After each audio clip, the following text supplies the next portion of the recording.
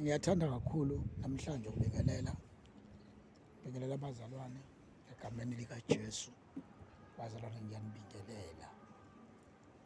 Ngibingelela namhlanje kumhla ka-30 June. Ngizwa nginevuso nje elisenhliziyweni yami yokuthi ngikhulume ngale topic ebalulekile ukuthi iziphi izinto umzalwane kumele afake ayibheke uma ezovula ibandla likaNkulunkulu. Ngoba njengamanje inkinga yethu akusikhona ukuthi sibona abantu aba-weak bephethe amabandla. Akusikhona ukuthi amabandla ingoba athola abantu abaqhamuka ngaphandle then bafike bayispoil i-South Africa, because mase siyivikela vele sisho njalo.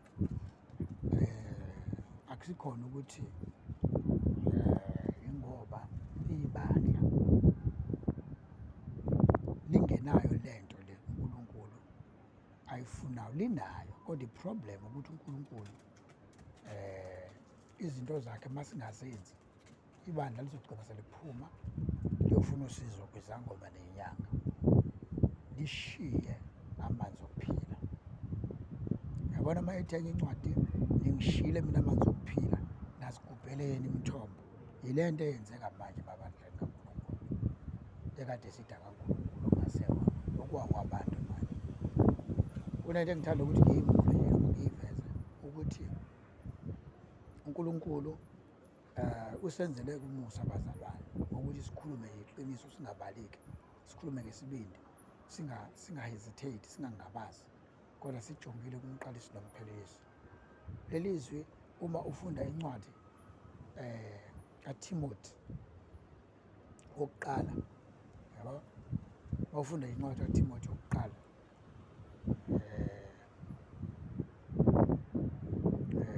uzomfunda bese uthatha ivesi lesithathu, yabo. So Timothy wesithathu, if I'm not mistaken, yes, Timothy wesithathu verse 1.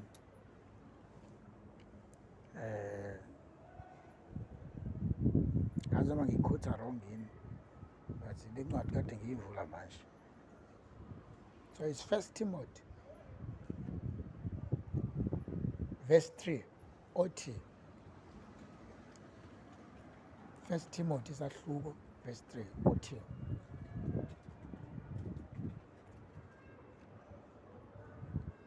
ngithanda lapha emalini uthi makungabi ngumuntu othanda imali, umuntu ofuna ukuthi avule ibandla likaKristu noma ufuna ukuthi abe umholi, because zisuke seyibaliwe zaningi zabala. Bese ithi makungabi umuntu othanda imali.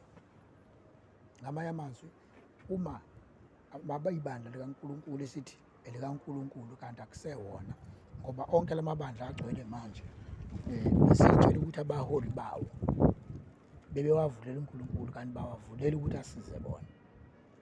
Yabo, ngiyathanda ukuthi ngikuveze ukuthi la umpostoli Paul wayekhuluma la noTimothy, eveza ukuthi akungabi umuntu one osanda kukholwa, makungabi umuntu ohluleka ukuphatha ifamily yakhe, makungabi umuntu othanda kakhulu abantu besifazane, makungabi umuntu ongaganiwe, makungabi umuntu. So zonke lezi zinto hhayi ngoba zishiwo nje, kodwa zishiwo ngesizathu sokuthi zingama-guidelines, yabo. So uma ufeyilile ukulandela lama-guidelines isikhathi esiningi vele ujwayele ukuvela ujoma amapali, ube out of the way, yabo. So-ke le nto ithini-ke, ithi uNkulunkulu into ayishoyo asivezela yona ukuthi kusho ukuthi laba bantu abavule amabandla benothando lwemali, ngoba phela iy'nceku zenkosi lezi ebeyisetshenziswa uNkulunkulu ebeyishumayela nje. Umpostoli Paul nje wayishumayeza uTimothewu, wayemshumayeza ngoba wayesuke i-instructor uNkulunkulu ehamba enomoya ongcwele, yabo. So uma lithi makungabi umuntu othanda imali, isikhathi esiningi njengamanje yonke into emabandleni is about money. Ngiyafisa ukuthi ngikhulume enye into abazalwane mhlawumbe engaziyo ukuthi bayayazi kodwa baye bengayinaki. la e-Afrika kunevangeli lakhona ekade kukhonzwa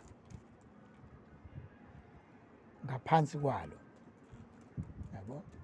Ngingakafiki mhlambe le formation noma lezi zinto zamabhayibheli, ake ngisho kanje, ngithi lezi zamabhayibheli, because iqiniso lithi ngesikhathi amabhayibheli ebhenishwa eshiswa, vele kwayethathwa eyoshintshwa ngale, afika guqulwa ngoba kuthiwa khona isikhathi se-dark ages.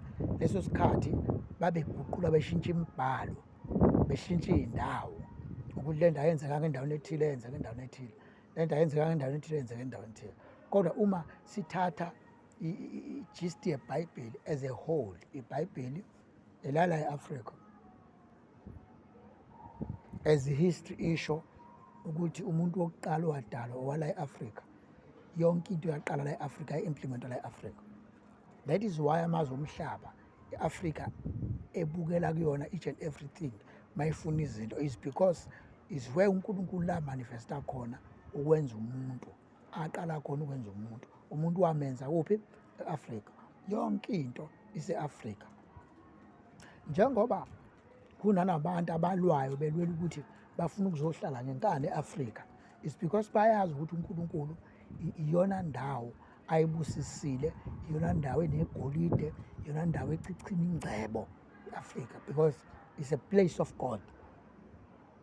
So uma-ke ibhayibheli lithathwa abantu abafuna ukuzohlala e-Afrika, bafike balithatha e-Afrika bahambe bolishintsha ngale, base bebuyisa beliletha. Babelithathelani ibhayibheli la e-Afrika, bephumele ngaphandle beyolishintsha bese bebuya nalo. Babelithathela ukuthi balisebenzise njengesikhali sokuntshontsha izwe lase-Afrika. So balithatha-ke, baliconverta, balishintsha, base bethi lalelani nanti ibhayibheli lithi, yabo. So empeleni ibhayibheli is about umlando wase-Afrika, ibhayibheli, but wahanjwa oshintshwa ngale, wabuya usubuya nabantu abafuna ukuhlala e-Afrika ngenkani, bakwazi sebeqamba amanga bebhala yonke into abayithandayo lapha ebhayibhelini, bayibhalela nomoya abayithandayo. So isizathu yini? Isizathu sithi wonke umuntu waba jealous ongazalwanga e-Afrika ukuthi why i-Afrika ibe-favor kangaka, uNkulunkulu ayi-favorite kangaka. So they created a way ukuthi how can we destroy leli zwe, ukuthi sikhiphe lento emqondweni yabo laba bantu ukuthi ba-wise. So sifuna ukuthi balandele thina, bahambe emveni kwethu. Ngempela yagcina yenzekile-ke leyo nto, yabona. Ey'koleni kwakhriyethwa iy'kole, lezi y'kole bekufika amanesi nodokotela bezojova abantu, bebalimithi ingqondo abantu ukuthi uma ucabanga cabanga below, yabo, ungacabangi more than, because ngelinye ilanga ngike ngakhuluma ngale nto, ngiyazi ukuthi abanye bayazi noma abanye bengazi, kodwa abanye bayazi. La even kwi-internet noma ku-YouTube sinayo i-history evezayo ukuthi umuntu omnyama is the only person owayene-intelligent, eyayi-extraordinary. Sivezele lokho, siyakwazi. So sivezele futhi ukuthi kuhamba kwafika isikhathi la kuthiwa bakuthola khona umuntu ohlakaniphile, ubethathwa ayofakwa ezweni elithile, afike enziwe isigqila khona, ngoba kulinyazwa lento yokuthi angavezi intelligence yakhe, yabo. Praise to be God ukuthi in these days uNkulunkulu is reversing umuntu omnyama kwi-position yakhe, umbuyisela kulesiya sikhathi amdala ngaso, ukuthi kufanele umuntu omnyama akwazi ukurula as he was ruling before. Ngoba umuntu omnyama uNkulunkulu wamdalelani? Wamdalela ukuthi abe khona emhlabeni akhonze yena. So ngesikhathi-ke kunalezi zinto lezi zokubanga imihlaba, iswe into ey'ningi la zantshontshwa khona, kwantshontsha umlando we-Afrika, kwantshontsha umlando wabantu abamnyama, kwantshontsha amagugu, kwantshontsha izinto ey'ningi zantshontsho. Iqiniso ukuthi bazalwane, ivangeli siyalishumayela, kodwa kunesizwe nje esaziwayo ukuthi siyakhuluma ngoNkulunkulu for ukuthi sintshontshe izinto zabantu. Is not ukuthi ngoba sishumayela ngoba sithi uNkulunkulu lokhu ngokushilo, but inhloso yalezi sizwe asishumayelela sona ukuthi siblande iy'ngqondo zabantu. Le nto yahamba yaze yafika nakubantu bethu bala e-South Africa abamnyama ukuthi baze basithathe lesi scam system esetshenziswa yilaba bantu ukuthi ivangeli kahle hle into yokublayinda abantu. That is why sekungenele ubuthaka emabandleni, ngoba lesi sizwe njalo masifika sifika kubantu siphethe amaplastiki okudla, siphethe amajuice, siphethe odrink, ngoba sisuke sizoblayinda abantu ukuthi babone sengathi sona si-always right, even if kubonakala ukuthi ayikho into e-right asiyenzayo. So lesi sizwe lesi siyisizwe esingenendaba one nokuthi into esiyidlayo siyintshontshile noma siyintshontshanga. Lesi sizwe siyakwazi ukushumayela kodwa sibe sazi kahle lento esiyishumayelayo inhloso yaso sifunani, yabo. So lo mkhuba lo ngiyathanda ukuthi ngiwukhuze kubantu abamnyama ukuthi yekelani nabantu abamnyama ukuthi nishumayele ivangeli,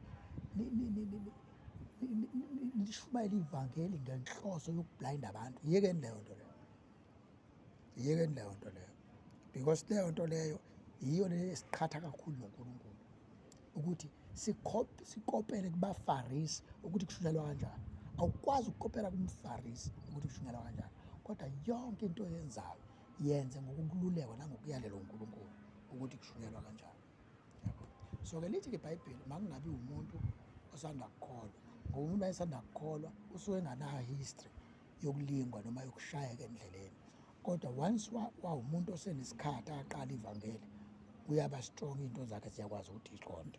Ngiyathanda futhi ukuthi ngiveze ukuthi enye into ebalulekile yile ukuthi le nto yokuthanda imali, bazalwane, asimceleni uNkulunkulu. It's better ukuthi uhambe uye kuma-organization asiza ngemali, then you create something ezoba umlekeleli wasebandleni, because le nto yokuthi kuze kulande iy'lwane efakwe emasontweni ingenxa yokuthi abantu sebefuna ukuthi abantu bakhuthuzwe iy'lwane zikhiphe imali, bakhiphe imali. So-ke kubalulekile ukuthi ungalivuli ibandla uma unenkinga yokuthanda imali, ungalivuli. Kungcono ungene esihogweni ngezolo nje zakho lezi ey'ncane ozenzile kunokuba ungene esihogweni ngokuthi usuze walanda into yokaSathane wayifaka esontweni. Ungayenzi leyo, uyeke nje, kuzokusiza lokho. Yeka, uzoba right, yeka le nto oyenzayo. Okay, so kuzoba ukuthi asingalivuli futhi ibandla uma sifuna ifame, masingalivuli, ungalivuli nje, yeka. Ungalivuli ibandla kanti ubone omunye eshumayela wawusuthi ngeke angihlule lo, ungalivuli, yeka, ungalivuli ibandla. Ungalivuli ibandla ngenhloso yokuthi unento ethile ofuna uyi-achieve wena, ungalivuli, because ibandla akuyona iplatform yokuyiphakamisa wena, kodwa iplatform yokuphakamisa uNkulunkulu. Mina kube kuyenzeka ngabe amasonto awasavulwa manje, kube kuyenzeka, kodwa ngenxa yokuthi ubuthakathaka buningi osebuphumile bukhona, abantu abasayazi eyiqiniso nangesiyona. It's better umuntu abambelele kwizimiso zikaNkulunkulu ngokweqiniso. Ngakho-ke ngithanda ukuveza lokho, ngikubalule ngokuqinisekileyo ukuthi uNkulunkulu uzokwazi ukuthi asibheke kuyo into esiyenzayo, and siyamcela uNkulunkulu ukuthi asisize thina siyimisele ukushumayela ivangeli lakhe, singa-intimidate noma singaphazanyiswa izinto ezingeke zize zimprofithise uNkulunkulu. Singavumi. Right, yilokho nje bekade kusenhlizweni yami namhlanje, because ngibe nevuso nje lokuthi kwenziwa yini kambe lezi zinto esey'bonakala ziphazamisa ibandla kangaka emabandleni akade ebizwa kakhulu ngaNkulunkulu, usuke wamadoda manje bese kuthiwa indoda ubani, noma inceke ubani. So yilokho ebengithanda ukuthi ngidlulise ngokweqiniso ukuthi yonke into esiyenzayo neyenzekayo imele ukuthi siyiqinise ngala mazwi athi uNkulunkulu uma eyakha indlu, owakhayo uyokwakha kahle. uNkulunkulu akakha indlu, owakhayo uyakhelisa. Kanjalo nomlindi uma elindile, uNkulunkulu engekho kuleyo ndlu, ulinde ize. Ilawo mazwi befanele ngikwasho, wakhuluma ngokuqinisekisa ukuthi uJesu umile eyinkosi, uJesu umile eyinkazimulo phezu kwabamdingayo, uJesu umile eyindoda emnyama eyazalwa imnyama engakaze yaba mhlophe, umile nje njalo. Ngiyabonga kakhulu, amen.